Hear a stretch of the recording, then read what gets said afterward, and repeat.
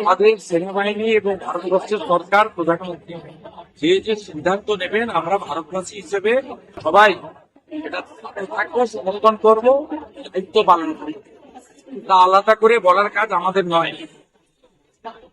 আমরা পুরো দেশের সঙ্গে আছি। 140 কোটি জনগণ ইন্ডিয়ান আর্মি এবং প্যারামিলিটারি ফোর্সের সঙ্গে আমরা দাঁড়িয়ে আছি।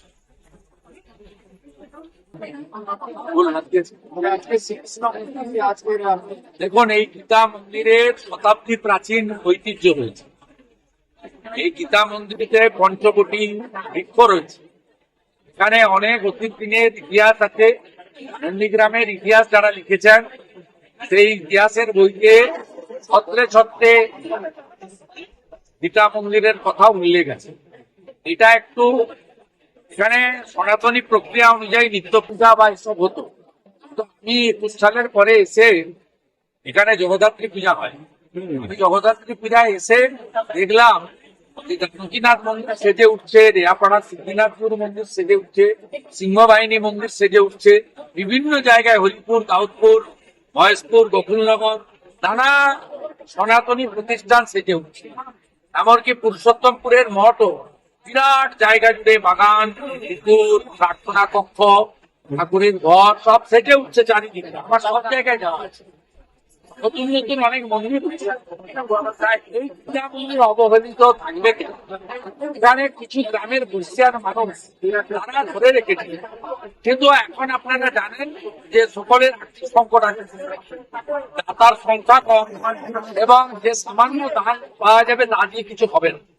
সেখানে আমি ঘোষণা করেছিলাম দুটো কাজ। একটা, পঞ্চকোটির বৃক্ষকে সেটাকে সুন্দর করে বানিয়ে সাজিয়ে দেবো। তার জন্য 11.5 লক্ষ টাকা 23 সালে অনুমোদিত হয়েছে।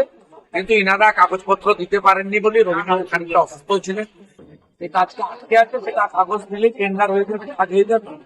আর যেহেতু মন্দির বা মূর্তি সরকারি টাকায় করা যায় না, আমাদের সরকারি টাকা পারমিট করে না, সেই কারণে দীঘাতে এছাড়া সেন্টার হয়েছে, মন্দির হয় কিন্তু সরকারি টাকায়। সেই জন্য এখানে মন্দিরে রিপেয়ারিং তারা নিজের অর্থে করেছেন। আর 2,50,000 টাকা দিয়ে ওনাদের চয়েস করা রাজস্থান মার্বেলে ভগবান শ্রীকৃষ্ণের একটি অপরূপ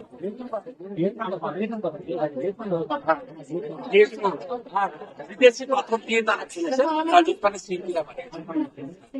সেই পাথরের অপরূপ মূর্তি একটা তৈরি হয়েছে, প্রতিষ্ঠা হয়েছে। আজকে একটি বিশেষ অনুষ্ঠান করে প্রায় সহস্রাধিক সনাতনীদের উপস্থিতিতে আমরা আরতি করে যেখানে প্রতিষ্ঠা তাকে মানুষের কাছে প্রচারিত করলাম, সবাই আসবে। এরপরে আরো দুটো কাজ আমাদের করতে হবে। আজকে ঘোষণা করে গেলাম, এখানে সন্ধ্যাবেলা অন্ধকার থাকবে না, সোলার আলো আমরা লাগাবো। উচ্চমানের সোলার আলো কয়েকটা বসিয়ে দেবো, সন্ধ্যাবেলা একটু আলোকিত থাকবে। আর তার পরবর্তীকালে 11.5 লক্ষ টাকার কাজ আছে, শেষ হয়ে গেলে আমরা ইনফিল্যাক্স থেকে অভিজিৎ বাবুকে অনুরোধ করে বাউন্ডারি ওয়ালটাও